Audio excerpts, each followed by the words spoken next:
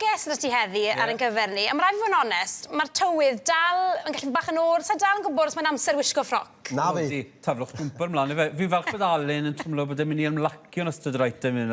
Paned o goff. Paned o goff, ie. Ni'n joio fan hyn yn ffroc.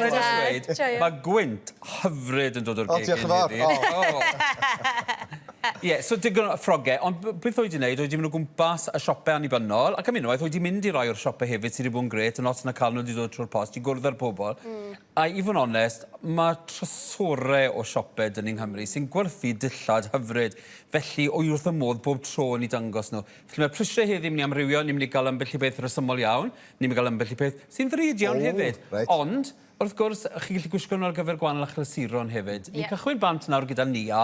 At Nia, oed i'n mynd i siop Lulu sydd yn ardal Pail, yn agos iawn i Benabont. Ie. Bert. Gallai jyst dweud am y profiad o fynd i'r siop yna, oedd hi'n hyfryd oherwydd, nid yn unig os ydych chi siop ddillad, mae ydych chi salon harddwch dros nesa, pamper lle'r cu, greff wrth i fodd, mae ydych chi canolfa garddio hollol fabulous, a dwi ddim yn arddwr, a ti bita lyflu. Mae'n dwrnod mas. Mae profiad y siopa yn ffantastig. Pail o bethau i wneud yna felly. Pail o bethau i wneud. Felly wy mwy na hapus i dalu ychydig fwy am y dillad wedyn oherwydd bod fi'n cael profiad anhygoel. Ond mae'r ffrog yma yn wych. Fi'n credu bod ni rhyw 190 pint.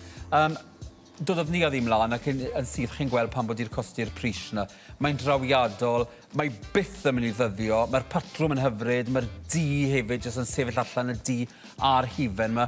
Ac mae'n rhywbeth ar gyfer y Gwanwyn a'r Haf i wi, mae dal llewis a popeth hyfryd. Nawr ar hyn o bryd, ni'n gweld lot o'r ffrogau maxi, wir yn maxi. Fel gallwch gweld, dwi'n ni a ddim yn fyr, maen nhw yn hir iawn. Bydden ni wedyn hefyd yn gyfri'r gos os chi ddim ond gwisgo ddi coet mir o gael rhywbeth wedi byrhau. Sa'n anodd cerdded mewn hwnna? Ti'n gweld i'n anodd cerdded hwnna, Nia? Na, dim o gwbl. Felly, fel gallwch gweld, a does dim sodle uchel iawn gyda Nia, gyda llaw gyda hon, ond bod hi'n edrych yn wych yn ymarferol, mae hon wrth gwrs yn ffrog lle chi wisgo i unrhyw achlysur. Ie, hyfryd. Ar hyd yma, gallwch hyd yn oed wisgo hon i fynd, chi'n mynd ar cruise neu'r fath na wyliau chi'n wisgo lan nos, bydd hon yn berffaith ar gyfer hynny. Diolch, Nia. Diolch yn fawr, Nia. Diolch, Nia. Nesa nawr mae dyn ni Lorys. Nawr, mae hon yn stori hyfryd o siop, Goose Island. Chymod, ni di dangos nhw, mae sawl gwaith bod nhw'n danfri dillad mewn ato ni yn ystod y cyfnod clo. Maen nhw'n mynd a wastad am patrymau eitha trofannol, dramatic fel ni'n gweld fan hyn. Ond beth sy'n gret am Goose Island yw ar cyfnod clo, oedd siopau dyn nhw, a nhw'n gwerthu hefyd ar gyfer siopau eraill, nhw sy'n creu'r casgliadau. Yn y cyfnod clo, chi ffili gwerthu'r siopau, felly wnaethon nhw benderfynu, mae rhaid i ni dechrau gwerthu ar y we.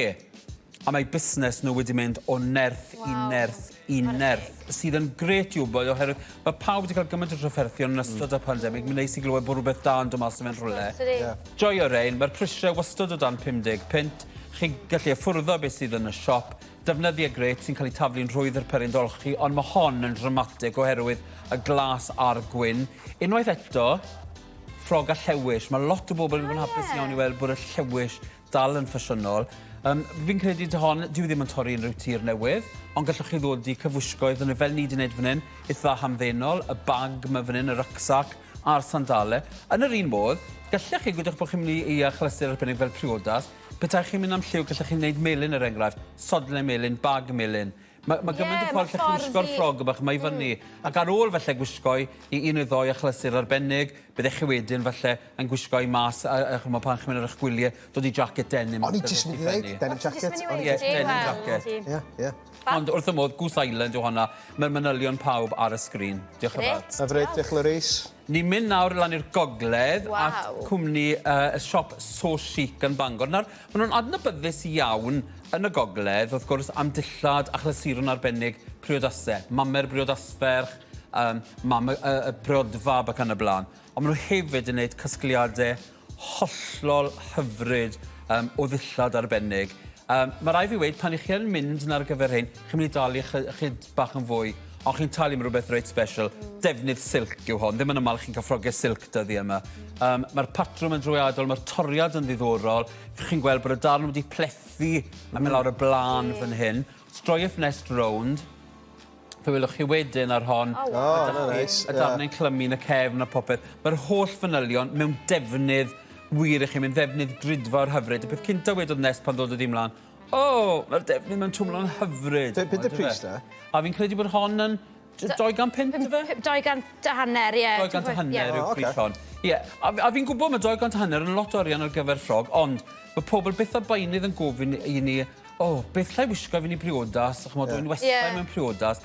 Chi fel arfer yn talu tipyn fwy i fyny briodas, bydden ni'n mynd am rhywbeth fel hyn, a bydden ni'n newid y cyfwisgoedd wedyn bob tro chi'n wisgo.